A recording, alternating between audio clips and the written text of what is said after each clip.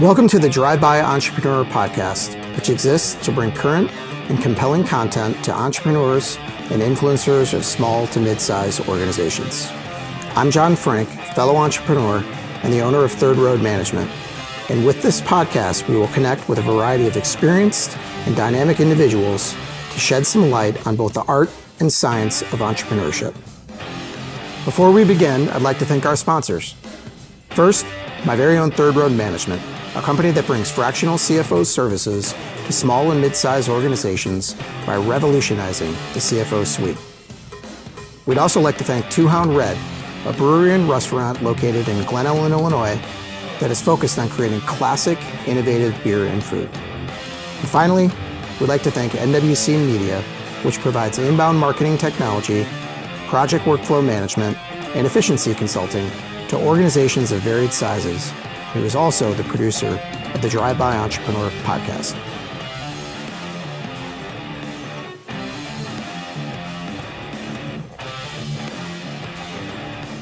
Tyler Qualio, welcome back to the Drive-By Entrepreneur Podcast by Third Road Management. Thank you for having me. You were guest number one of season number one. Yes. I'm excited to announce that this is the start of season two. And if anybody has watched the podcast in the past, they may be like, wait, why is John on the wrong side of the table? It's a good question. And the reason that I am on the wrong side of the table is we've decided to flip the script this time. And you have agreed graciously to come in and be the interviewer. Yes. And I've agreed to be the interviewee. And not only that, but I have given you carte blanche to come in with whatever questions that you have. And I'm just going to wing it and do the best we can. So It'll be free flow for sure. Free flow. Yeah. So thank you. Thank you very much for doing this. Just so that we can get information about you out there before you go into dissecting me. Tell me a little bit about you and your firm and what you guys do. Well, to starters, I want to thank you for having me. I appreciate it. I have no idea what I'm going to do for the first episode of season 3, so I'll try to figure that out. But my name is Tyler Qualio. As you mentioned, I'm the president of a wealth management firm at Oak Brook called Sentinus. We just recently, in the last 6 to 8 weeks, did a merger with a firm called Rothschild. That's hot off the presses. Off the press, yes. New information. It was really an interesting opportunity for us. We managed and advised on roughly $1 billion, and they managed and advised on roughly $4 billion. So they were looking for a management team that I had in place and some succession, and some people that were involved with that firm knew me as well and kind of put the deal together. And after a long negotiation process, we decided to come together to create something bigger and better in the future. So wealth management means a lot of things to a lot of people. As I mentioned during our first episode, we're not just investment management, although that is the lion's share of our revenue, but we do a lot of work on business succession, and we do a lot of work on the estate planning, wealth transfer side, risk management, which is life insurance and disability and long-term care coverage, and then lastly, some philanthropic planning as well. So we try to have a little bit custom, kind of smaller client base, but go a little bit deeper with people and all aspects of their wealth. Outstanding. Love it. Love the work you do, and congratulations on a good transaction. It sounds like it was great for you and the team and everybody involved, really. So excited to see what comes of that. Me too. Nice. All right, lay it on me. What do you got? All right. Well, do you want to, for anybody who happens to be watching this, do you want to explain this podcast? I know you have a phrase that you typically start with. Start of the podcast, really, the mission is to bring current and compelling content to entrepreneurs and influencers of small to mid-sized organizations. So I always say, whether you're an entrepreneur, someone that interacts with entrepreneurs regularly, we all have different just lanes that we swim in. And sometimes it's great to learn from one another hear one another's stories. Sometimes they're Yeah. inspiring. Sometimes it's a mistake that you made that you learn from that somebody can learn from later on. Absolutely. Or sometimes it's a good choice that somebody made that, gives somebody the courage to, make Do a the same thing. decision. Right. Right. And Absolutely. yeah, so it's just a forum to do that. It intersects with what we do at Third Road Management, which is the firm that I started not quite 7 years ago, that I've been doing it full time. But yeah, we provide, three levels of service: fractional, CFO, controller, and bookkeeping services to small to mid-sized organizations. Sub $100 million in revenue. It feels like that, needle in terms of size of organization Yeah. moves around a little bit, but I really feel like we're just at the precipice of scratching the surface of what the opportunity is, in terms of what we do. And yeah, I'm excited to unpack that as much as you want. I'm sure you got Wonderful. some Yeah. questions about it. Yeah. We'll dive into that for sure. I'd like to start, however, with Yeah. at the beginning. So, talk to me. I know you have a big family, you have a Yep. very close family. Grew up in Itasca, if I remember correctly. That's correct. And so, just talk to me a little bit about your upbringing and what was important to you. And, Yeah. Really good question. I'm glad you asked that. So, like you said, grew up in Itasca. I'm number five of six kids. Um, you know, Mom and dad both worked at Jewel. yep. My dad was a manager at Jewel, which, if anybody doesn't know what Jewel is, it's a grocery store chain in the Mhm. Chicagoland area. And my mom, worked in different roles, for 50 something years. And, just kind of grew, I think, raised a family with like that strong Midwestern Mhm. ethic, very family first, in all things we do, work hard, treat people right, all those kind of things, do better for the next generation, Yep. I think is Right. what they were able to do. My dad was the youngest of four, the first boy in his family. He was the first that went to college in his family. Yep. I went to play football at John Carroll University in Cleveland. Um, and then my mom was the oldest in her family. She was one of five. And she went to school for a little while until eventually, or she didn't, and her and my dad got married and Right. Right. started their family. But yeah, very humble and thankful for that upbringing. Being number five of six, nothing's really Yeah. handed to you. Yeah, I was gonna say that's I think led to a lot of your hunger, and you got to fight for what you can get with five siblings, right? Quite literally, Hmm. when you're living in that type Yeah, of a family, definitely. Yeah, yeah. whether it be the box What of was the cereal. breakdown, brothers to sisters? Four boys, two girls. Or boys? It went boy, girl, girl, Hmm. and then the last three of us were boys. Okay. Um, so yeah, my oldest brother from me is 3 years older than me, and then my little brother's 5 years younger than me. So Okay. So good spread. yeah, good spread. Mhm. And I think from the beginning, like I said, very oriented just towards being good people, but also Mhm. working hard. Working hard translates into like actual physical doing stuff, labor. Yep. But it also is working hard in school, and I Mhm. think my oldest brother really set the pace, I think, for our family in that, went away to school, was pursuing accounting as a degree. Mhm. Um, and I actually would say in his story, this was a huge catalyst for what would become of him and what would become of all of us. Made a decision a year and a half into his first school foray to switch schools because he found himself not paying attention as much to his academics as he probably should have been. Yeah. And he pivoted and came home and lived at home and went to DePaul Okay. and ended up getting his accounting degree at DePaul, got a CPA, started working at Deloitte, and sort of the Kind rest of is showed the rest history. of you like what you can do. And Yeah, yeah. yeah, and my next sister, it's just a year younger than him. She went into education. She's a math teacher and Hmm. has been a math teacher. She's actually approaching the age where she can retire, which Wow. is crazy. But Fantastic. Yeah. and then my next sister went to Illinois, accounting, Yep. CPA, Arthur Anderson. She was eventually Crane's 40 under 40. And then my brother went up for me, went to Illinois. He was the history major that was coming out of school right around Y2K. Yeah. they were going to hire anybody and Right. teach them how to do the coding. So they hired him. That's awesome. And, that's manifested in him having a great career on the technology side. He's a partner at Deloitte in their data security group. And then there's me. And my younger brother has worked at Crow in healthcare consulting for 17 years. So Wow. the irony in all of this is that Yeah. all six of us are somehow involved with math. Yeah, I was gonna say. So, kind of the natural lead into my next question about your upbringing. But I know you were a big baseball player and very accomplished.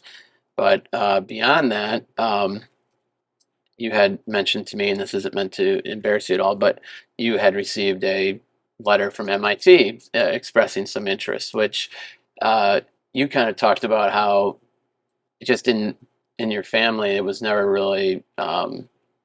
It just seemed so far out there. It wasn't a real opportunity that in today's world people would have pursued that pretty heavily. Like if your daughter right now for softball got an MIT letter, you'd be like, let's Yeah, get on an airplane, like, right? yeah. And you were kind of like, oh, that's a neat letter, and just kind of like put it off to the side. Obviously, I think you're a monster Illinois guy and you love it, so I think you ended up in a fantastic spot, and obviously your success speaks to that. But just talk to me a little bit about that and how Yeah. just how outside the box that was to receive something like that. Yeah. I mean, it was a weird time. I felt like I was, a good baseball player. I didn't think I was the greatest baseball player in the, state or whatever, but I felt like, I could play with just about anybody. Yeah. And I think times were different back then. It wasn't, Twitter and Instagram and Recruiting videos for everybody. yeah, Huddle and whatever they use now. Yeah. And so it was, from my vantage point, just a little bit more like hang back and wait for people to come knocking on the door, Yeah. And, I got a lot of letters, you mentioned letters, but I got a lot of letters from bigger schools, like Division I schools, but they were kind of like, we're looking at you, Yeah. maybe we'll see you later kind of thing. Yep. Like they were very non-definitive, but yeah, the MIT coach he actually called, and I talked to him the first time, and it was the first like phone call like that I had gotten, and getting sort of to the point of you bringing this up, and it is embarrassing, but yeah, the punchline was that in my conversation with him, I asked him, okay, tell me about is this Division I, which was a naive question to ask to begin with. Right, yeah. And it of course wasn't. Right. And then I remember asking him well, how much does it cost to go there? And at that Right. time, I can't remember. It was like 50 or 60,000. Yeah, it was astronomical amount. Yeah, and I'm like, okay, and I'm just soaking all this in, and I get done and talk to my parents, and I just said, yeah, this coach called, and he's going to call back in a couple of days, and yeah, I think I just I didn't know what to do with it, and my parents didn't know what to do with it. Yeah. I don't think any of us knew what MIT was. Yeah. At the time, I obviously do now. Yeah. But I had sort of looked at it through this lens of I was going to school at Illinois to go into chemical engineering at the time. Wow. Yeah. Fantastic engineering school, right? Yeah, and I was like, okay, here's this Division III school that cost a ton of money, and none of us know anything about. And away from home, and basically, when he called back a couple of days later, I said, hey, I'm really sorry, but I can't come out for the visit. I think it's just too expensive. Yeah. Right. Well, I love that story. So Yeah. It was interesting, and I sort of love talking about it, and I hate talking about it at the time. The reason why I love talking about it is more so like this next generation of kids, because I think that there's a huge opportunity with schools that like the Ivy League schools, like MIT and some of these other places that really need well-rounded students that can compete athletically, but also academically. And not every kid has to have a 1600 SAT score, and that's okay. And so anyway, so I like to talk about it. My kid's kind of getting to that point. Unfortunately, I don't think she's gonna sort of follow through on dad's old advice, but I like to talk about it just so people have awareness around it, because I was the 17-year-old kid that didn't. It didn't. Yeah. So you go on to U of I yeah, and end up having a blast, but in the middle of all that, unfortunately, tragically, your dad passed away unexpectedly, yep. and so I know that was a huge you know moment in your life and all your siblings' life and your mom's life for sure. But how did that change you? How did that affect your mindset? I know you thought it actually in the long term, just can never really be a silver lining with something like that, but you thought Yep. that really galvanized your family together. I think you said so. Yeah, Um, 100%. I mean, I'll touch back. That's probably a good point to touch back on the chemical engineering side. So I had been in school. First semester went okay, not great. But then second semester, uh, my joke is that if they had been teaching physics at CAMS, I might have I might have done a little better in physics. But I was Cam's being already a bar for everybody watching. yeah. But yeah, I mean, I would say this that like I was sort of 1 foot out already, Hmm. um, in terms of my interest in pursuing engineering as a Hmm. career. But, unfortunately, it was the week before finals when dad passed, and Hmm. that caused all kinds of problems with the grades and stuff like that, having to come back and do finals. So I kind of had that setback moment from Yeah. my academic career, but it was right before the summertime. Obviously finals were Hmm. coming up. Yeah. And so we had that summer to sort of like regroup as a family, and getting back to, where my older brother, I feel like really set the tone on a lot of things. I remember coming back for that summer and him being like, number one, really pulling our family together, and not just him, my other older Yeah. siblings too, Hmm. and just kind of taking care of all of us at all times, especially me and my younger brother as the younger ones. But then number two, him really kind of like looking me in the eye one day and being like, "Hey, let's get it done at school," Yeah. And so came back to school, had been pursuing switching into business at that time, and then it was a 3 year run of, I think almost straight A's, not quite straight A's, Yeah. but yeah, it was definitely a galvanizing moment. I think personally, for our family, because I feel like it energized us in terms of our unity with one another that Mhm. still stands today. Yeah. But also for me and my academic career, but then that obviously catapults you into your professional career. So yeah, definitely a pivotal moment for sure. That's great. Well, I think anybody who's gone through something like that knows that in any moment, you know, life can kind of go left or go right. So, you going through that, it's probably made you more resilient in a lot of other things as well. For sure. So you leave U of I and go into finance, right? Yeah.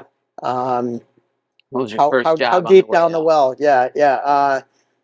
So first job was at Arthur Anderson. Hmm. I was started in June 2020 Okay. in what was then called their transaction advisory group. I had interned in that group the prior summer, and yeah, they did quality of earnings analysis for M&A transactions. As like Incredibly valuable today to what you do, right, right? Obviously, I mean, what a background. So yep. continue. And then the second part of what they did was they did basically collateral assessments for asset-based and asset-backed lending engagements. So Okay. scrubbing receivables, scrubbing inventory, Yeah. current assets that people lend money off of. Yeah. Um, and yeah, I mean, it was a great experience, but I was there. You're piecing together the timeline here. Hmm. I was there when Anderson kind of Loaded. imploded. Yeah, Yeah. and it was an interesting time, but I think it was, for me, it almost was a non-issue because I had been looking towards my next step, Anyway, yeah. career-wise anyway, Hmm. prior to that happening. But if you want, I can continue on from What there. was the But next the next yeah, step? so when I was coming out of school, I was a finance major. I Hmm. wasn't an accountant. And the really great thing about transaction advisory is it's sort of this hybrid of you're doing accounting work in the financial industry. Yeah. So it's a lot of like private equity backed deals, not all, but a No, lot of but it was, or you were involved with financing transactions, but you were really more so on the accounting side. mhm. And a lot of my friends had come out of school, gone into like investment banking. Some had moved to New York, And I just was like, that feels, the finance side feels a little bit more akin to what I feel like I want to do longer term, Okay. or it was more, over the plate for me. So I had actually been toying around looking for opportunities when all this was going down. Yeah. And then I ultimately had to make a decision of come over with this group, or Make a break. I got a job offer on the same day with a firm called Denali Capital. And, interestingly enough, the market for CLOs, or collateralized loan obligations, now is ginormous. Yeah. And back then it wasn't. I think So it's more like a specialty area at the time. Yeah, it was like in the realm of like specialty finance. A lot of people had been, starting these things that were either, I'm trying to remember back to the earliest days of, who was around back then. And people are greater experts at this than me, but it was not near the size it was when I left in like 2007.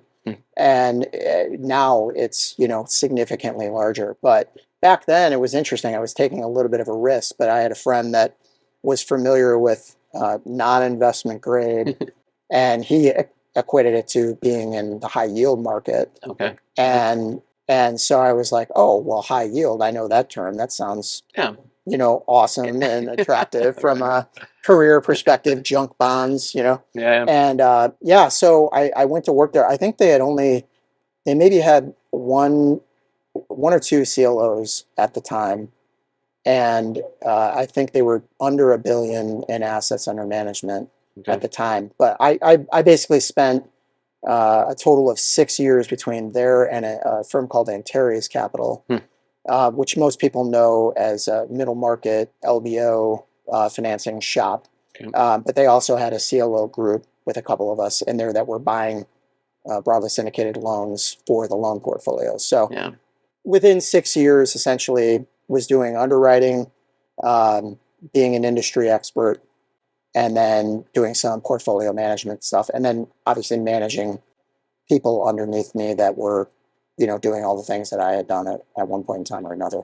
I always tell people that, from a career perspective, you could look at it and say, you had so many years of leveraged finance, right? Which is good in the sense that you understand how private equity stuff works, or leveraged finance stuff, or maybe how banks syndicate loans, or, there's a lot of things that you can glean from sort of being in that space, broadly speaking. But a huge thing is the volume of different deals that I would look at in any one given year. I mean, in any given one given year, I bet you I screened through several hundred different potential transactions. And most of the time, the industries were all over the place. The size of the businesses were all over the place.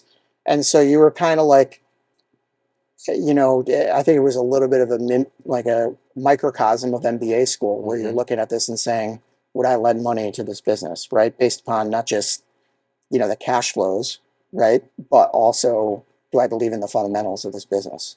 But like a real life MBA. I mean, real money, real companies, lots of deal flow. It's incredible. And you see at times what goes really well, and you see at times the things that didn't go so well. And if they didn't go so well, why didn't they?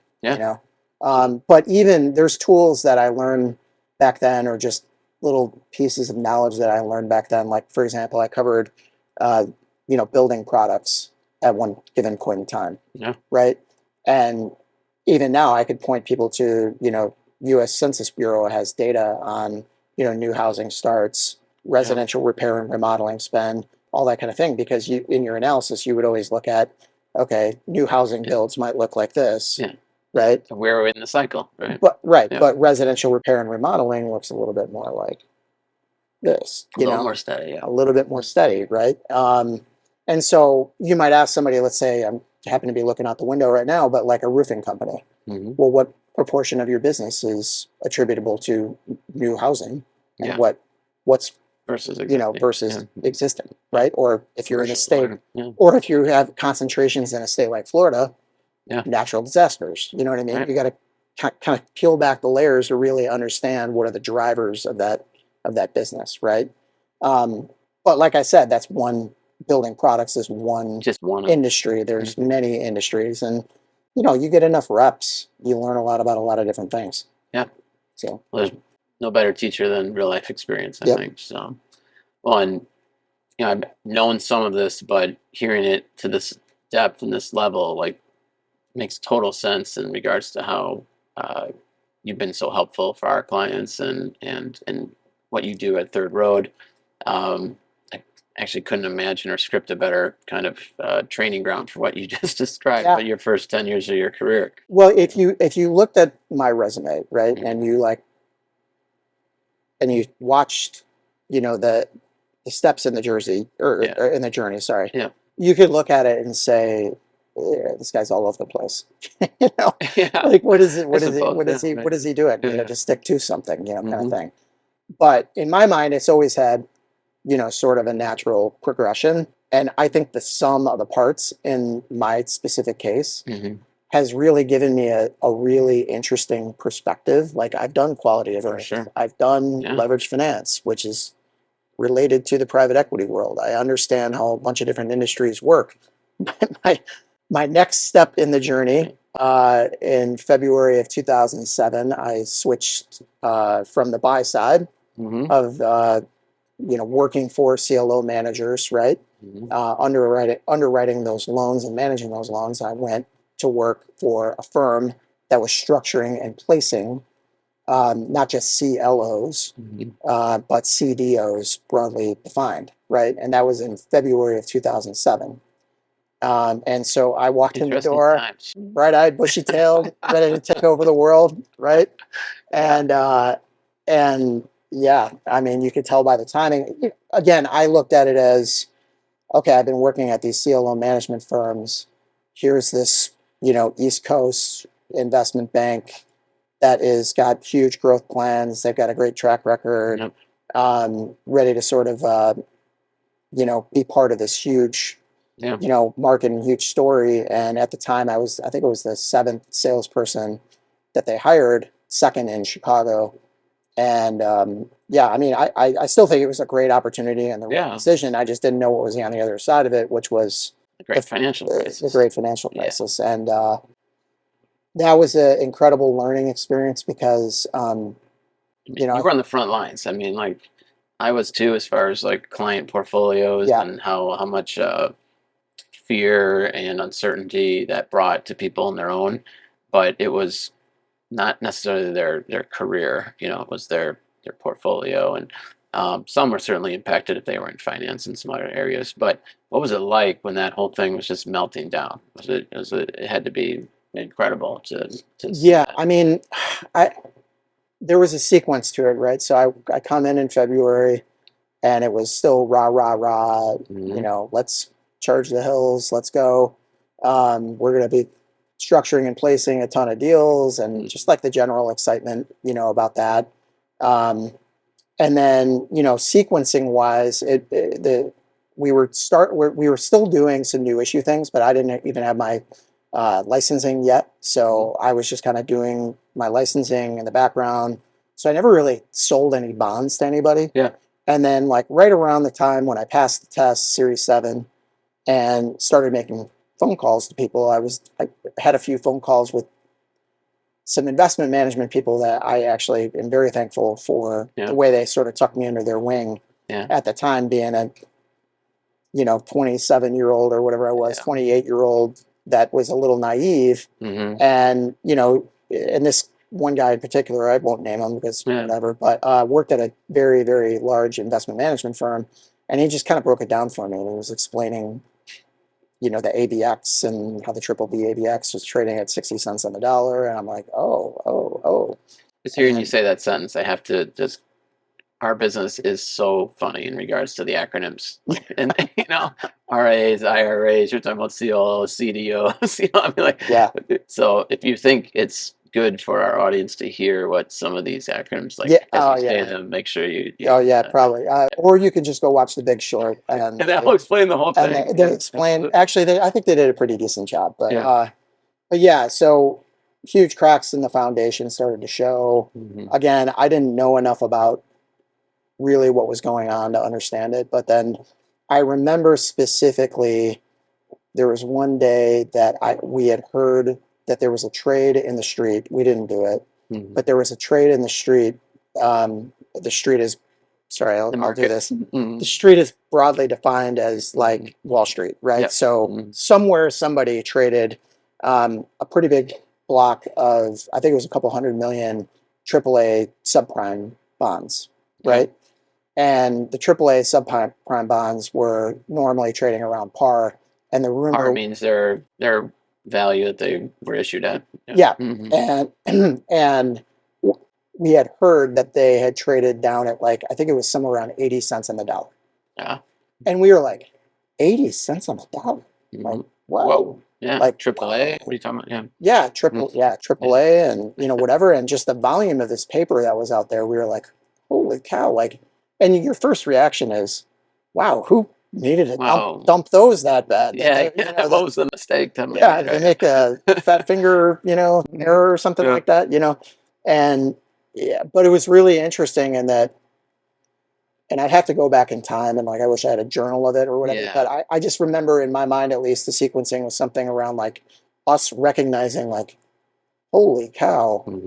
And then all of a sudden thinking about like, well, hold on a second. What does that mean for,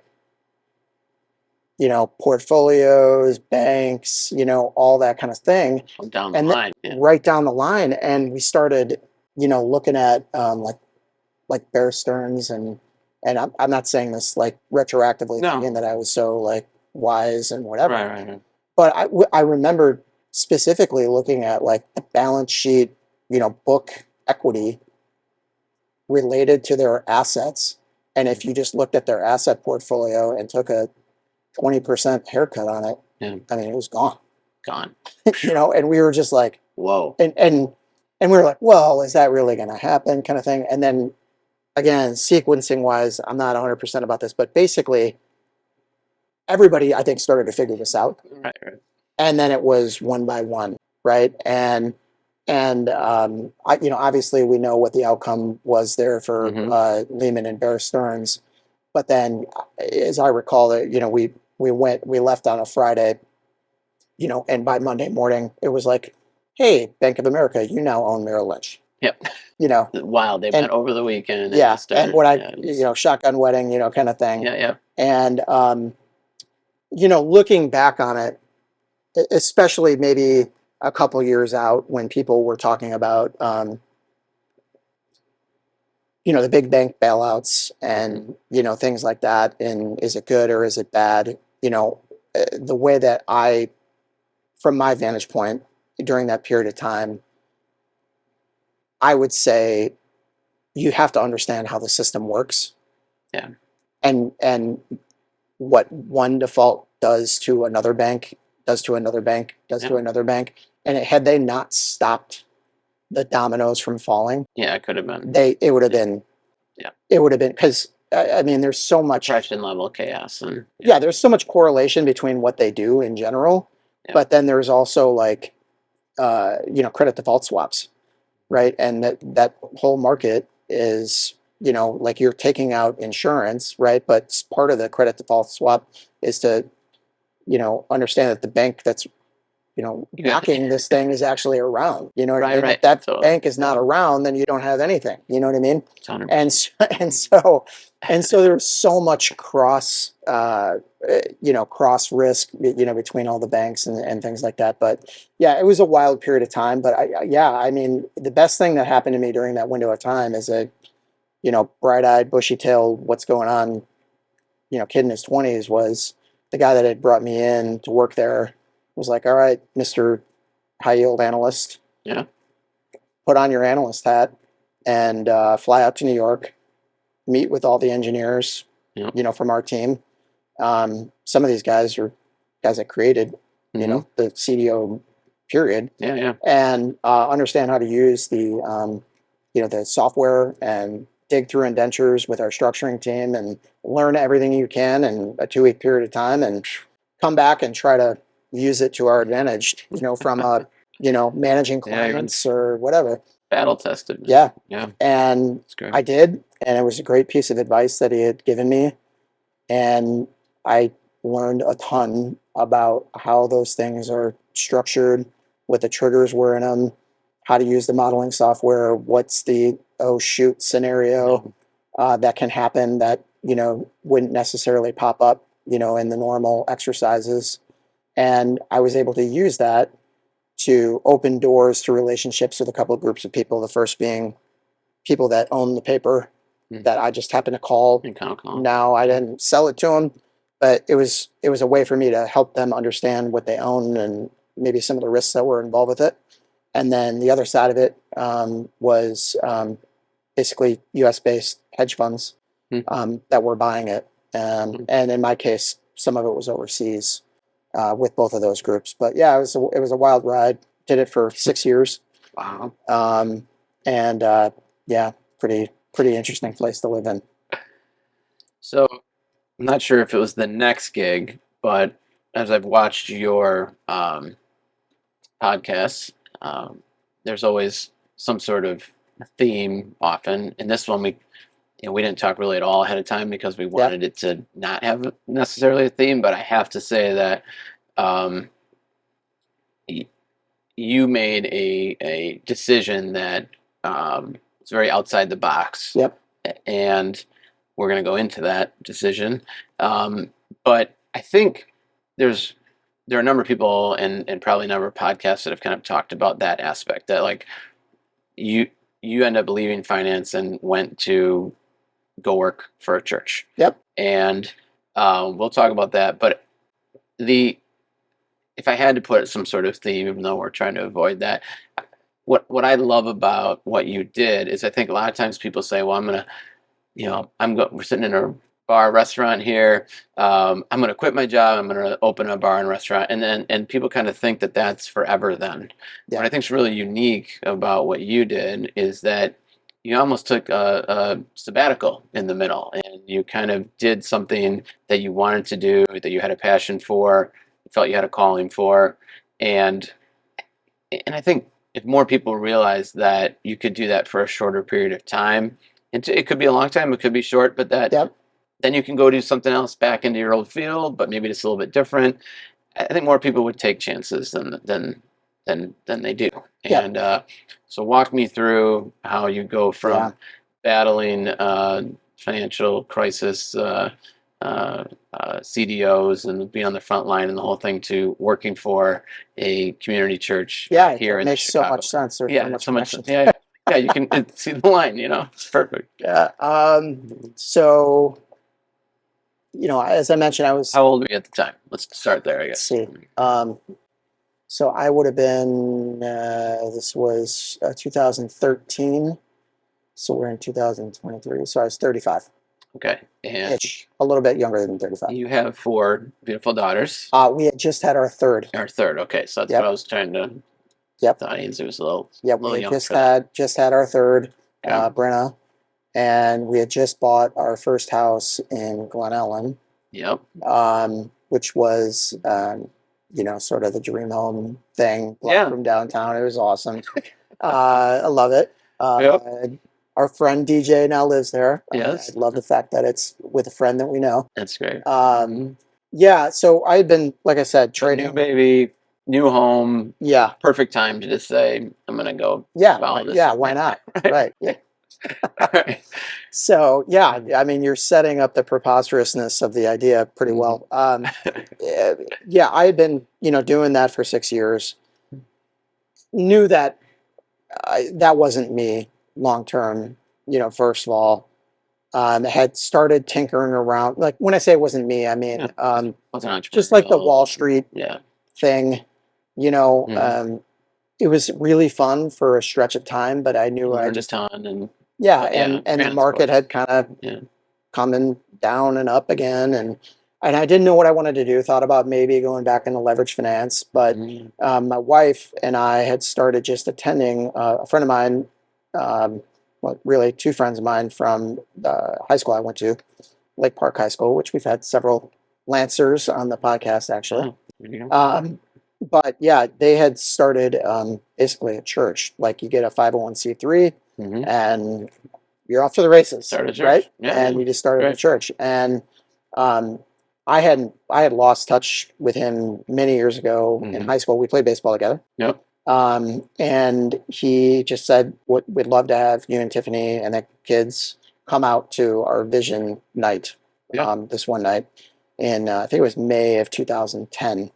And we went out there and, loved everything that they were talking about, that it was, a church, obviously, but very dedicated to the community Mm-hmm. and the things that they wanted to do in the community in terms of being good neighbors, and really caring for people in all ways and shapes and forms. And we really caught on to it. And we started going as just, people that were going, and then we were volunteering. And we became part of this lunch team. And the lunch team was like the first 50 of us. Yeah. And, we 70 opened. members essentially. Yeah, Yeah. yeah. I mean, I wouldn't. Somewhere There was around a there. smaller group before we were there, Yeah. like 12 or Yeah. 15. Mm-hmm. But yeah, so we started this. We were on this lunch team, which I never expected to be in, in my life. Oh, But it quickly became this like place where you can go and, obviously the faith component, but you felt like you were part of something. You felt like you had purpose, and you felt like really, really connected with, the vision of it, right? yeah. And we just started going, as a family. The church grew from the first 50 of us to 500 within 10 months Wow, that's of, incredible. yeah, opening the doors. And this is all during this period of time when, the market had come up and down, or sorry, down and then back up. In the marketplace, I was kind of like thinking through my next steps. And then I got invited to a board meeting where they showed me their financials, and I was like, okay, You guys need some help. you need help. You need help. Which, understandably, going from 50 to 500 in 10 months, and Yeah, probably not people with finance background, et cetera, right? I mean, that's the that's thing, is amazing. that, it wasn't people that, that they were pastors, Yeah. and so I said, all right, I got, I think President's Day off or something like that. I'm like, I'm going to come by and look at the numbers, and Yeah. just started doing that as a process. But like day by day, this like sort of burden of, I need to come help these people People. Yeah. do this, started to grow and grow and grow and grow. Yeah. And Voice it in your was, head was and louder and oh, louder. the voice in my head was very loud. Mhm. And I've shared with many people that, like, to the point that, like, at night I couldn't sleep. Yeah. I just feel like I was getting like chased down, like, you have to go do this, you have to go do this, you have to go do this. And then I said it out loud to my wife, Yeah. Which is and a scary thing to do. which is a scary thing to do. Yeah. You mentioned, Timing and new beautiful home. Yeah. She had not been working at the time, third kid, all that kind of stuff. And I said, what if I quit my job and go do work this. for the church, Yeah. And to her absolute credit, she said, well, if that's what you feel like you need to do, then I think you need to do it. Wow. And That's I great. said, okay. And then I made the mistake of mentioning it to John, the lead pastor, and I'm joking The around. rest is It's a history. mistake. But yeah, once he gets something on the mind, Yeah. he's pretty compelling.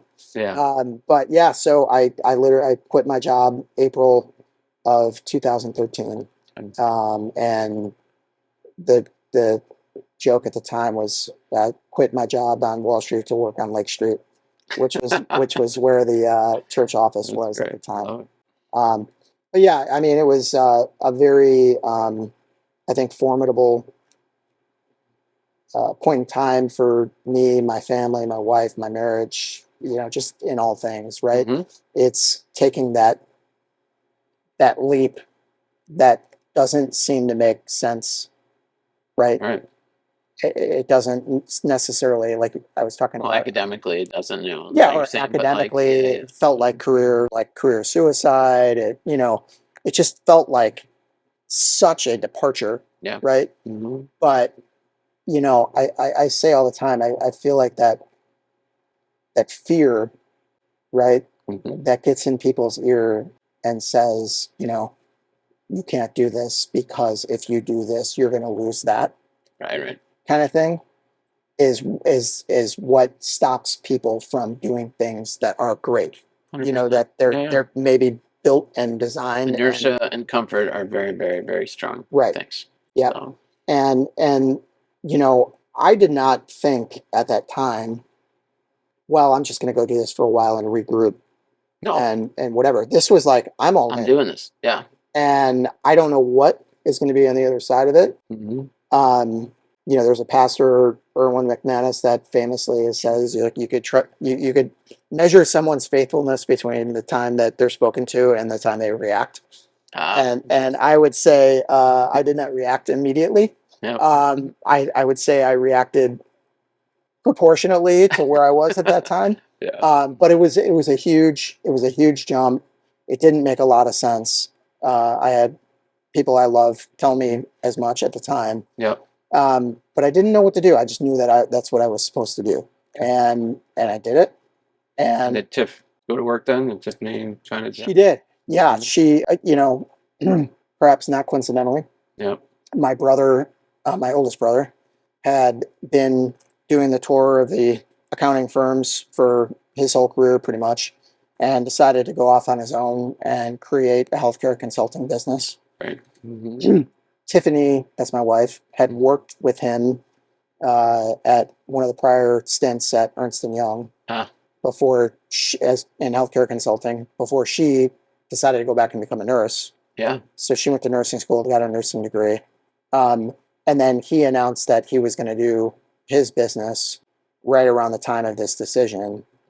And when we were getting ready to say yes, he said, well, if you want to work with me, I could use some help, on an hourly basis. Yeah. And so Tiffany just was able to kind of pick up some hours helping him out when he was when he was in, the early stages of his business, which now flash forward, that business has been sold about 18 months ago. Yep.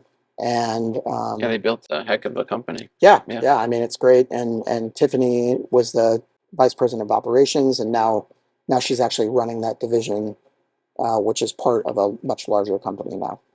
Awesome. Yeah. Really but cool. But yeah, so you take the jump. I say it was the greatest gift I could have been given. Mm-hmm. I've heard you say that, so I definitely wanted to dive into that a little bit. Yeah, I mean, getting back to comfort. Mm-hmm. We build our lives around, money. Yeah, unfortunately. And the fear of, well, I have to downsize my house or not live the lifestyle, live from vacations or the clothes I wear or whatever it is, right? Clubs I'm part of, Yeah, the idea of taking a departure from what I make, and most people live with very little margin, right? And the idea of doing something different than that is just, it's such a leap that it prohibits people from taking that step to do something that they really would enjoy doing or love to do. In my case, like I said, I felt like the decision was made for me. Yeah. in the idea that I really felt like I was called to do it, and I had to do it. So I call it the greatest gift because sort of by doing that first humbling experience, right, where I took such a significant hit in income, and because we sold the house, the dream house that I told you about, and moved into a smaller house so we could have more manageable payments, we were fine. Yeah. We were fine in that house, and kids are great, and we were great, and all that kind of stuff, and life was fine. Yep. And the gift that came from that is that when it came time to start a business, it wasn't such a leap for me because I was like, I had already made the initial sacrifice. Right. And so being able to sort of pick it up from there, and know that, if it didn't work out, that there was plenty of things that I could fall back on, was an enormous gift. And so that's the way I view that. And I'll add a second gift to that, in that, when this first started, I was working at the church. I worked there full time for, I think it was about 3 years. Mm-hmm. About 3 years. And during that period of time, I had, one and then a second small to mid-sized business that would become right over the plate for third road management, down the road. They just started asking me for help on the side. Yeah. And the first one was a situation where the CFO had resigned at a $6 million business. And he was freaking out and was like, I need help. Knew our family. Somebody put him in touch with me from our family, and ended up helping him out in a tremendous way in a pretty short period of time. And I was like, this is great. And was telling that story, down the line, maybe 9 months later, 10 months later, to somebody else. And they called me 3 days later, and they were like, And we could use your help. we could use your help, For sure. And so, the second gift that was part of that was, these opportunities coming to me. Mm-hmm. And then the third piece of it is the leaders of the church, John Peacock, Tommy Bowman, when I shared with them that I had this idea on my heart of this business, Third Road Management, And you could go help people. that, I saw myself, what I was doing at the church. Church is like any business. You know what I mean? They got money coming in, money going out. They got risk management. They've got they got lots of risk management. You know what I mean? You got a huge kids ministry and things like that. They're moving people around in cars and like all that kind of stuff. What does it take to operate a business? Is no different there than it is at the time a commercial printer, and at the time a temporary fence rental company. Yep. And I discovered that I had been using these gifts that I had accumulated over the course of time. That, yes, was finance part of it. Yes, was accounting part of it. Yes, but it was more like, how do you holistically look at a business or look at a problem and solve it, right? Yeah. And what do good businesses look like? Yeah. And you can look at this business, you're like, wow, that looks really nice. And then you look at this one, you're like, ooh, they might have the same revenue, they might have the same, earnings, might have the same number of employees even, right? But the other side of But this one might look, you look under the hood, this one might have a bunch of, half their income might have come from an insurance settlement, right? And then maybe they're got massive customer concentrations. Maybe they got a massive vendor concentration. Maybe that, culture in the business is extremely toxic. There's all kinds of different things that can go on. And I discovered that, that was a skill that I had, but I think a lot of people like me have, that was missing as a component to, a lot of these organizations. Had this idea, holy cow, there are literally, you look left, you look right, there are thousands of businesses all around me every single day that look just like this. I've never heard of a company that was focused on helping these businesses strategically, financially, and operationally.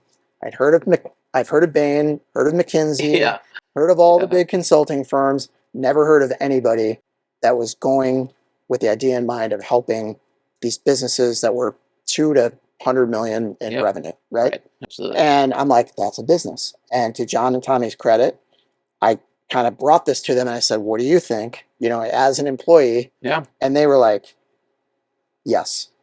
You need to do this. You need to do this. And how do we help? See, how cool is that, right? I mean, they would have been super motivated to be like, no, why don't you stay here?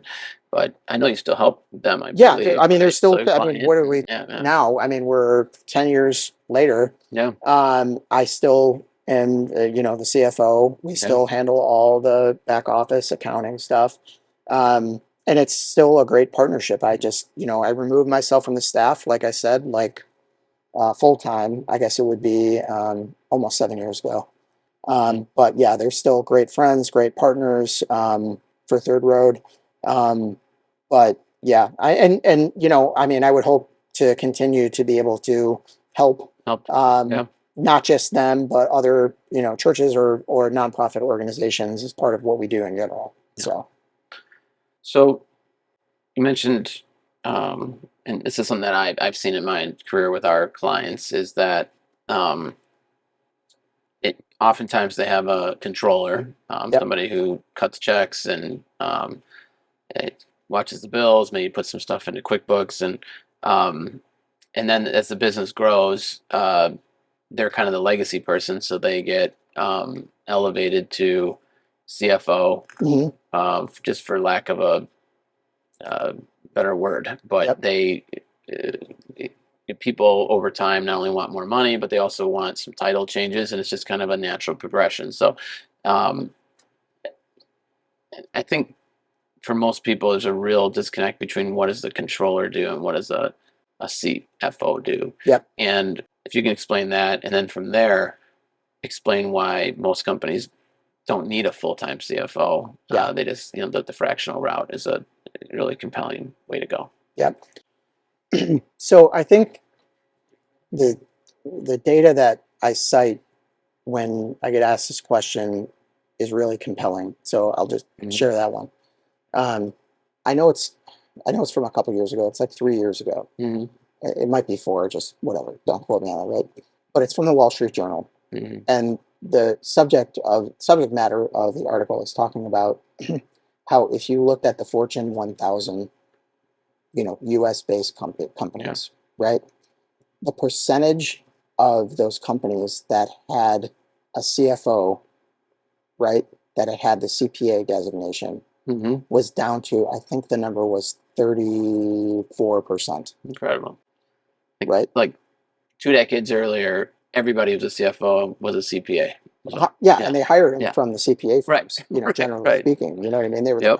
the lead partner on the engagement, changeover in the CFO seat, and Brought them they in, brought him and in, yeah. and Mhm. now they're in house, right? Mhm. Which made some sense, right? Because they know the business, they have relationships already, Mhm. whatever. But I think that the way I think of it, of a CFO, is similar to what that data would suggest, right? Mhm. Where I think of a CFO as a strategic, financial, and operational leader, Yeah, right? exactly. And there's two words in there, Strategic. strategic and operational, Yeah, that most people don't automatically throw in the bucket of what it's required to be a CFO, I right? agree. Especially in the Um, small business side. yeah, Yeah. it's Mhm. especially in the small business side, and so I actually think what I talk about with clients when they ask the question. I always say, look, by the time that one of our CFOs is working with your company, the expectation is sort of that the accounting is done, Yeah. right? And not that Yeah. it's Right. Right. not that it's Yeah. just done, Taxes are filed. that Like, it's yeah. done well. Mhm. Right, taxes are Mhm. filed. I mean, obviously liaising with tax people and things like Absolutely. that Yeah. is fine, Mhm. but um, they're not digging in and doing debits and credits. They're not closing the books. They're not Right. um, putting together the financial reporting packages, things like Now that. you It's more also like offer that as we another offering, I guess, for lack of a we, better we word. do all of that, Yeah. right? So the phrase is the CFO Suite Revolutionized, Right. Okay. right? Because we're saying, hey, this is a uniquely different offering. Right. These are all pieces within the sort of finance organization But the that we actual think. CFO could Yep. be like, whether it's you or you're downstream somewhere has at least all the blocking and tackling done, and Yes. now it's a strategic discussion, Yes. and an operational Now, discussion. what do Yeah. the numbers mean? Yeah. What are our KPIs? We're looking at it and saying, well, sales are down or whatever, or Hmm. margins are down. Well, are we getting on our sales department? Is our sales department incentivized off revenue, or are they incentivized off gross profit? Right. Right? Right. What's our churn rate? What's, any number of KPIs that you can look at that are the pistons that are firing, Right. within the organization. An extension of that, I think too, is M&A, right? Like, we want to buy something, a competitor, 3 years from now. What do we have to do now to be Yes. ready to be able to do that 3 years from now? Right.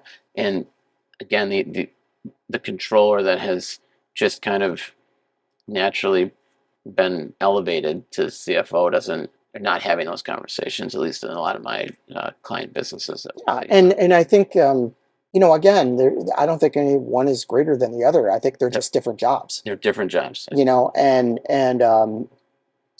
just to go on the controller side for a minute, I mean, the I CFO feel is like worthless if the controller's bad. So they're all valued. exactly Yeah, garbage in, garbage out. You know. and what we do is we have all three. Hmm. We can do all three. We can do one. We can do two. Yep. Whatever is sort of required within the organization to get to the end goal, right? But we plug and play based on what the client needs, not like you have to buy everything from us, Right. kind of thing. Totally. But I will say that my experience is the definitions that we ascribe are generally a tier higher than what the market ascribes to those positions. That's So, a perfect way of saying it. yeah, right. So a lot of times, what the market might call a CFO, we think of as a controller. Someone who's really, really good at accounting, someone who's making sure every I is dotted, every T is crossed, every tax payment is made. The chart of accounts is beautiful. The financial reporting packages, airtight. Yeah. They're the person you go. Payroll is another huge thing. Like payroll, I always talk about this. Payroll is like the thing that nobody wants to pay for. Yeah. That is like the highest risk thing that somebody can take out. Because the second Yeah. a penny is wrong on payroll, Yeah. somebody's head's getting, beaten up, right? Yeah. So, but that controller role is really, really important too. And like you said, it's like it goes up and down our organization. Like I'm really proud of our entire team. Yep. That where they're at, they're really excelling, and we have challenged them to grow, vertically, within our organization. But we also set ourselves to certain standards, and I don't know. I just think that broadly speaking, I think that the market perceives this as a cost center. And Yeah, it's and just really, they're like they want to pay as little as they possibly they can. could see it as an investment in a revenue generator. I Right. think you'd have more business than you know what to do with. Yeah, I mean I mean, if like if people had that mindset and that realization, if things um, are running well, yeah, everybody wins. Yeah. You know what I mean? And if you're a good CFO, you're looking for all the levers in the business that are going to help it operate more efficiently, like on yeah, an operational side. But also what makes financial sense, what to say yes to, what to say no to, so that everybody feels like they're thriving. If you're a good controller, you're keeping really good records. You're able to create reports that are like very insightful yeah, to what's actually happening in the business. And if you're doing a great job at bookkeeping, you're taking the heavy lift off somebody else that's looking at that information yeah. because they don't got to clean it up. Right. They know that you're killing it, right? And so Well, I think as a business owner, from like a couple of, I can tell you that freeing yourself up to go do what your core competency is, whether that's your business development or if you're particular strong in the creative side of the business, or like not having to worry about the numbers and having somebody who's focused on that exclusively gives you an incredible amount of confidence that yeah, you can make decisions that are going to help and to free yourself up and not get caught in the weeds. yep, Number two, as somebody who recently went through a transaction, we were actually complimented by the people that we merged with about how um, how strong the books were and the confidence they had in doing that, as compared to some others that they had looked at. So I thought that was really seeing that in full circle, yeah, and I think again, you said it perfectly. If people could see it as a revenue generator instead of an expense center, it would be a dramatic difference, and it's partly why we're doing this podcast, yeah. right? So, Well, and look, the even if you made the argument about the aggregate number of dollars, mhm, right? My pushback would be you're better off spending that whatever those dollars are mhm, with third road management, yeah, right?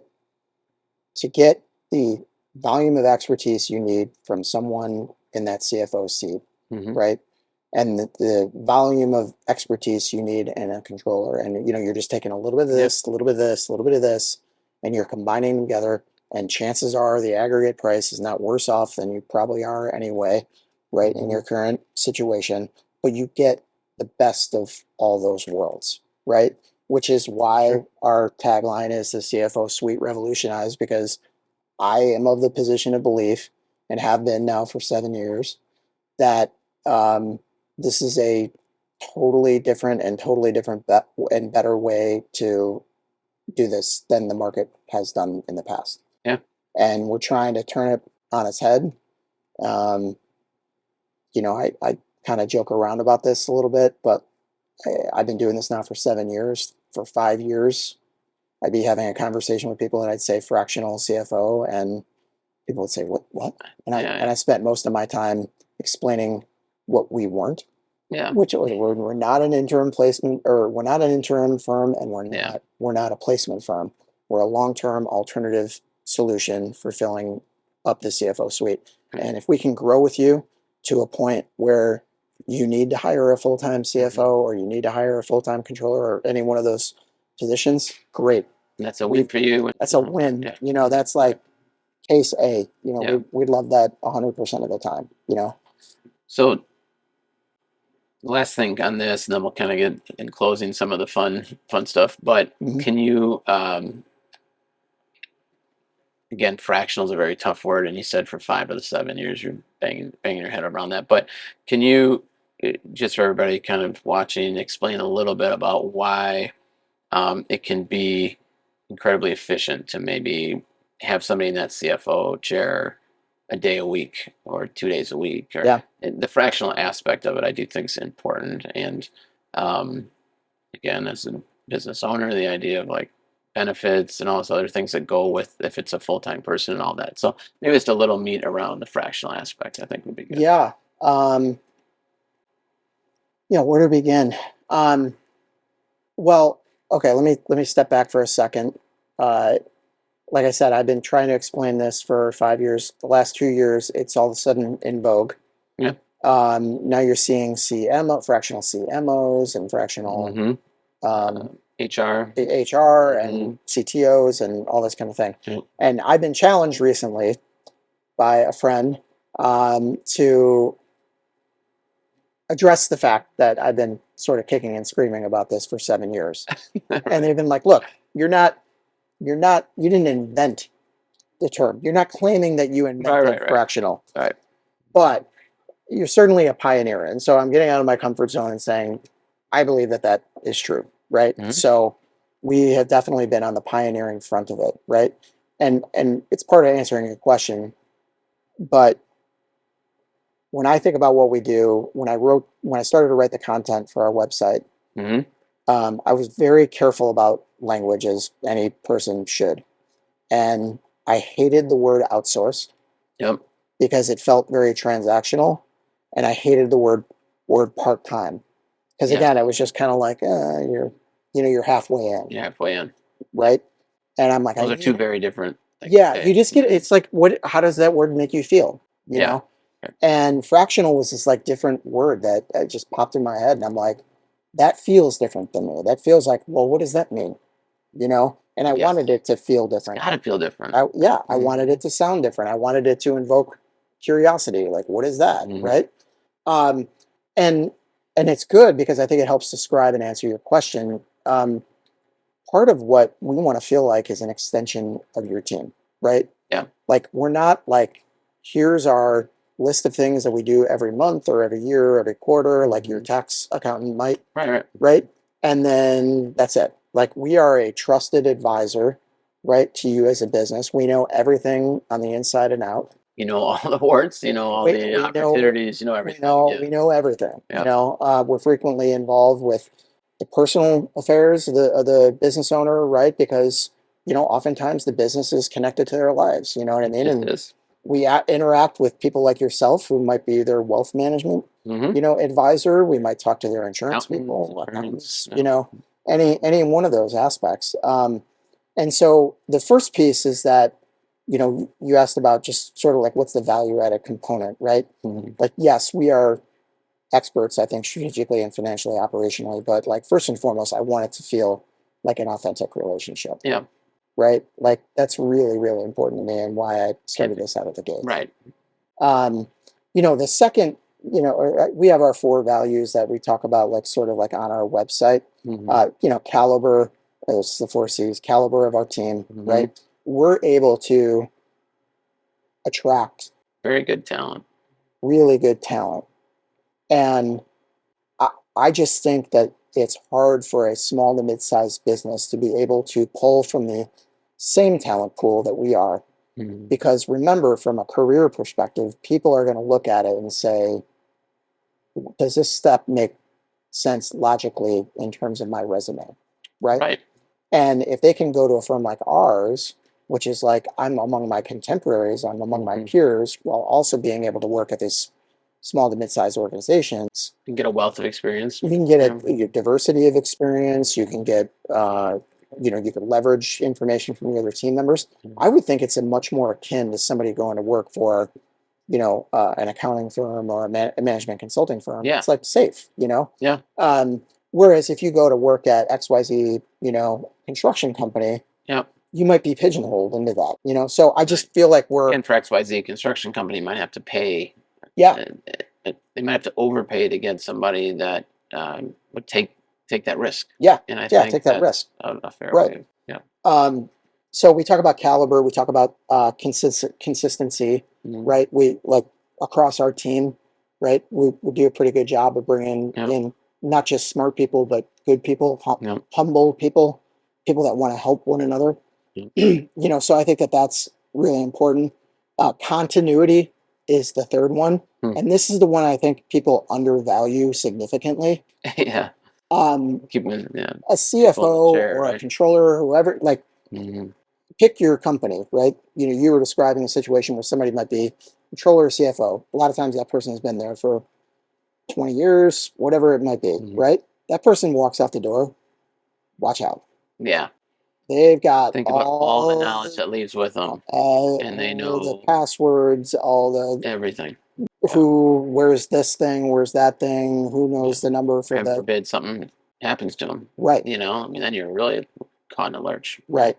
So the continuity that we can provide is like a team, where, we don't like to have turnover on our team, but if we do, we've got a bench. We've also got layers of management that, everybody sort of knows what's going on. So nobody's ever off on an island by themselves completely. Yep. That I think is, really value add. And the fourth one we talk about is confidentiality. Huge. Yeah. And that is huge. And we've heard that over and over and over again. Is like, not only, and it touches on the trusted advisor piece a little bit, but, being able to openly talk with, a business owner or a business leader about the real issues within their organization without it feeling like it's going to go through the water cooler and everybody's going to know about it, and give them real sounding advice. One little quick aspect of that, like a lot of our clients, do quite well, and knowing that they have an employee in the organization and who knows kind of how well they're doing is always a tricky thing. Yep. And some aspect of being able to keep all of that out of the employee base is really attractive to a lot of them. And I think there's a lot to that, to be honest. I would say. And I think, in fact, so many business owners, in an effort to protect against that, take on a lot of stuff that they wouldn't typically because it's not their core competency. So now all of a sudden you have the work maybe not being done quite as well. And so I think that confidentiality aspect is huge. So, right. Yeah. So, again, getting back to your question, I know I've answered it in a couple of different, ways. If you want to get to, the actual like math of it, right? Without like declaring to the world our pricing structure. No. Because again, I think we're leaders in the pack, and we wouldn't want to disclose too much of course to not. our potential competitors on the road. But no, in practical terms, I would say that the cost of doing this is significantly less than a full-time employee, right? That much we know, at least through 3 days a week. Yeah. Right. And that's really important to recognize, but it's also like you got to factor in, payroll tax costs, benefit costs, So overhead yeah, costs, things like that. So, pick your number, yep, um, and add 20 to 30% on top of it, because that's the real cost of that employee, let alone absolutely, the space and, everything else, right? right. So the first thing I'd encourage people to do is look at that cost, right? Hmm. And, compare it to, what we're bringing to the table. And then the second piece of it is like, you can't afford not to do it, honestly. Like, Right, that's true. um, Yeah. I can I have a hard time believing that for what it costs a business to hire us in, Mhm. that if it's not for, either cost savings that we identify or um, holes that are potentially huge problems that Yep. we help to Plug. fill in and Hmm. plug, Hmm. or money we save you down the road by, suggesting, look, I think you should really talk to my friend Tyler about this succession planning or buy sell agreements or, whatever it is, Yep. right? That's going to save them massive amounts of headaches down the road, Yep. right? Or knowing about, benefits like having a profit sharing plan as a Yep. business owner, right? It's a Absolutely. huge, there's a Huge advantage. really advantage, a huge Yeah. advantage to doing it, There absolutely are. right? So like all these things that like I have a really, really hard time believing that it doesn't pay for itself and then some. Yeah. And that's only scratching the Yeah. surface. We didn't even get to like, Selling a business. yeah, If you're which, going to sell a business, this is like, yeah. And you know, when a year ago we talked, right? yeah, And every business will be sold, transferred, or liquidated. And in all three of those cases, having your financial suite in really good order yep, makes all three of those things incredibly easier yep, for either if you're doing it or for your loved ones afterwards. So yeah, I think, yeah, 100%. I mean, like I said, right when I started doing this, I hired a marketing firm that I wanted to just validate my assumption, right? I yeah, just said, you drive down the highway, you see these businesses everywhere. And I wanted them to do a data analysis for me. And so they came up, I said, are 30 miles from around my house, which touches most of Chicagoland, but not all yeah, of it, right? With a radius of 30 miles around my house, I want the name of every organization between, I think it was 2 and 40 million of revenue at that time yep. that I ran it. And they came back with 13,000 different unique organizations. Okay, well, yeah, And you take that and you start, what about the Chicago MSA?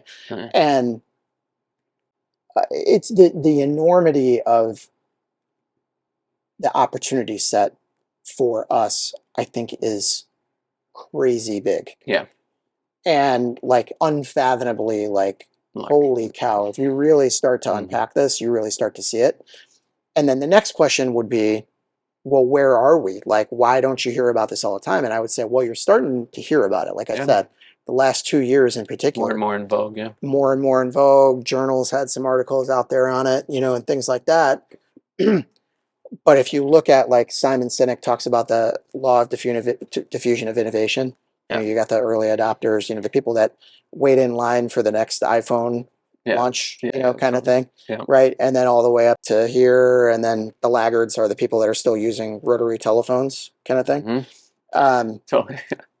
I Yeah. still think that even though the awareness rate of this market has increased, it's increased, I think, in two groups of people. One are the influencers, which are people like Hmm. yourself that are, insurance people, wealth management people, lawyers, bankers, Yep. investment bankers, things like Accountants. that, Hmm. accountants, tax accountants, um, that group of people, and then people that want to become fractional CFOs, Yeah, yeah. Right. I know. So, There's that. so those people are popping up It's good everywhere. for you though, right? I It mean, it is good gives for you me. Like a I said, we the have no talent problem. pool is We just have no really super. problem having awesome people that want to work with us. It's great. Um, thankfully. But if you look at that bell curve again, we are still like before people are even in line at the Apple store, I think, Yeah. in terms of the opportunity set here.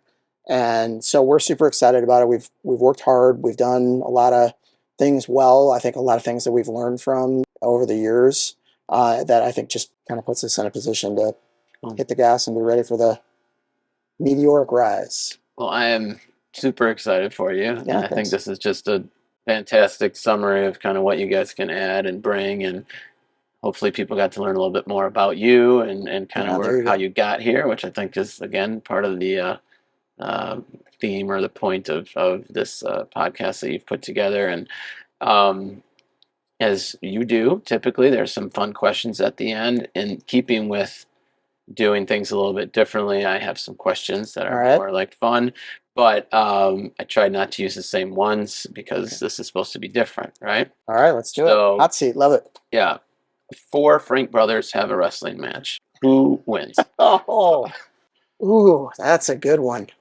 I don't know. That's it. That Be there'd have tough, to. huh? It would be tough. Yeah, It'd four be going to the tough. ring. Some don't make it out. Yeah. Right, Well, type of thing. in college we used to call that Thunderdome. Thunderdome. Two men enter, one man leave. In the fraternity house. Oh man. Can I say me? You can say you. Yeah. I don't know. Absolutely. No, I don't know. I had the odds on you, but I haven't met all your siblings. So. That's a tough one. Matt's got youth on his side. Dave's got wisdom and old man strength, but he's the oldest. Dan's Yeah. probably, the nicest of the four of us. So, I don't know. He might tap out first. He might tap out first. I love it. All right. Four daughters. Yep. Favorite child? No, I would never. Oh, that's easy. That's easy. Yeah. The one you talked to last. Yeah, Right? the one I talked to, the one I talked to last. Not sure if you backpacked through Europe after college or if it was during one of the summers, but Yep. you spent a lot of time in Europe over Yep. a summer, and many of the stories we don't want to discuss here. But your favorite country, what surprised you? What was an awesome spot that maybe was down the list when you're like, well, we're going to hit that, but you were pleasantly surprised, like, wow, this was fantastic. Man, yeah, it was an awesome trip. It was like 38 days. Wow, that's great. We were in a bus though. We were okay, not bad. relative to the youth hostel backpack trips. We were like slightly above. Yeah, just slightly above that. Right. But I saw a lot of great places. I'm trying to think of what would I suggest would be the place that had that just like impact like that. I think Rome was just amazing. Yeah. Just everything connected with the Vatican, but also, you just like the Colosseum and the turn the corner and all of a sudden, yeah. Yeah, I mean, it was just amazing, and it might be because we went to Pompeii shortly after that from Rome. Yep. And so just like there's just so much history from that time period there. We did visit a former concentration camp in Austria. Yeah. That was if you're ever in that part of the world and you really want to understand the gravity and enormity of what that was, just to be there. Heard that from so many people. Yeah, I mean, it was unbelievable. Like just how awful it was, and the way our trip worked. We went from there, into eventually into Holland, and we were able to go to the Anne Frank house where she had been living and stuff like that, and just having that as the context to where we had already been was pretty amazing. But yeah, Europe's a beautiful place to visit. I highly recommend it to everybody, and especially our graduating college students. Do it. It's the best time of your life. You have time to do it. It's gonna be hard to do it later. Delay the start of your work for 30 days and get out there and get it done. Do it. I know that we talk streaming shows once in a while, so one or two that either you're watching currently or that would be on your list for people to definitely check out. I'm currently working through Billions. I kept on waiting for it to be free on Amazon Prime the last couple of seasons. Yes. And I was a holdout. It wasn't happening. So I had to go ahead and pay money. I'm a sucker, but I mean, Billions is a really good show. In some ways, it harkens me back to. I was gonna say you get to understand all the Wall Street being days thrown around and and the personalities and things like that. Really enjoy that show for sure. That would be probably the one I'm working through right now. Yeah. Final question. I've been at dinner parties before. One in particular that sticks out, where the person at the head of the table said, all right, we're gonna go around the table, and it's your final meal, your last meal. Okay. And the first guy I'll never forget, he was a total foodie out of New York, and he's like, knew he said my mom's eggplant parmesan for sure. And then he broke it down to his pre-dinner cocktail from exact Oh, wow. place, and then he went to what kind of wine he would want, and then he had all of his sides. And the best thing about the whole thing was he named all these like fancy New York places, and he goes, and some McDonald's French fries for sure, because they're the best thing in the whole world. So, if you had to think about a final meal for yourself, you certainly do not need to get that detailed. Wow. But is there 2 or 3 things that would like appeal to you? Or I would say you're not going to be surprised to learn that Yeah. I love a good steak and potato meal. Yep, But a really great steak from Gibson's yep, all right. would be amazing. Tomahawk, yeah. I'm gonna go filet. Filet, Go filet. But yeah, that combined with like a double baked potato, little maybe green, we'll go broccoli. All right. Would be solid. But like on the sentimental side, you brought up like the idea of just like throwing You in grew a up with it. random whatever. Yeah, right. I would say the chicken parm is a favorite in my family. Cool. So maybe Yeah. like a appetizer of chicken parm. I love that. A good side. It's a good solid side, right? That's We can do great. that. And what would you wash it all down with? What do we? Let's say dessert. I would go. And drink. Yep. Okay. Well, hold Yeah. on. Can I do both? Absolutely. All right. So dessert, I would do like one of those skillet chocolate chip cookies Oh, with the ice ice cream. cream. Yeah, for sure. Those will kill. Like just Yeah, kill. absolutely. So one of those, and beverage of choice. I think a little old fashioned would go well with that. Love Yeah. it. On the I thought you might go with the IPA, but no, makes no, sense. like Cool. that meal requires a sophisticated beverage. I love it. So Well, that's all I got for you. Thank you for letting me do this. Yeah. Truly honored. Let me know what I'm doing next season, and Yeah. we'll go from there. all right, thanks, All right, buddy. bud. Appreciate it. Pleasure. Thanks.